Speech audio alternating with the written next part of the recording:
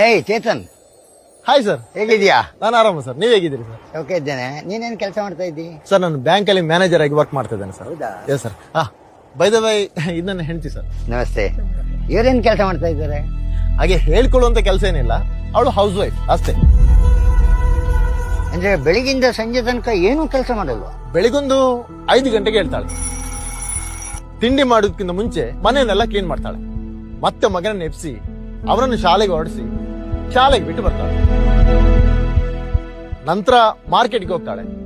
ಅಲ್ಲಿಂದ ಬಂದು ಮಧ್ಯಾಹ್ನದ ಊಟ ರೆಡಿ ಮಾಡ್ತಾಳೆ, ಬಟ್ಟೆ ಒಗಿತಾಳೆ, ಹೂ ಗಿಡಗಳಿಗೆಲ್ಲ ನೀರ್ ಹಾಕ್ತಾಳೆ. ಯಾಕಂದ್ರೆ ಅವಳಿಗೆ ಬೇರೆ ಏನ್ ಕೆಲಸ ಇಲ್ಲ ನೋಡಿ. ಸಂಜೆ ನಮ್ಗೆ ಟೀ ತಿಂಡಿ ಕೊಟ್ಟು ರಾತ್ರಿಗೆ ಊಟ ರೆಡಿ ಮಾಡ್ತಾಳೆ. ಮಗನಿಗೆ ತಿನ್ನಿಸಿ ನಂಗೂ ಬಡಿಸ್ತಾಳೆ.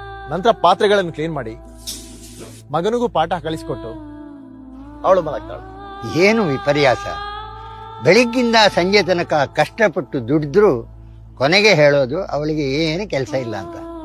ನನ್ನ ಪ್ರಕಾರ ಹೌಸ್ ವೈಫ್ ಆಗ್ಲಿಕ್ಕೆ ಯಾವುದೇ ಡಿಗ್ರಿ ಬೇಕಾಗಿಲ್ಲ.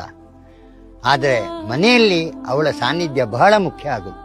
ನಿಮ್ಗೆ ನೀವು ಹೌಸ್ ವೈಫ್ ಅನ್ಸುತ್ತಾ ಅಥವಾ ಕೆಲಸ ಮಾಡ್ತಾ ಇದ್ದೀರಿ ಅನ್ಸುತ್ತಾ? ನಾನು ಫುಲ್ ಟೈಮ್ ಕೆಲಸ ಮಾಡುವ ಹೌಸ್ ವೈಫ್.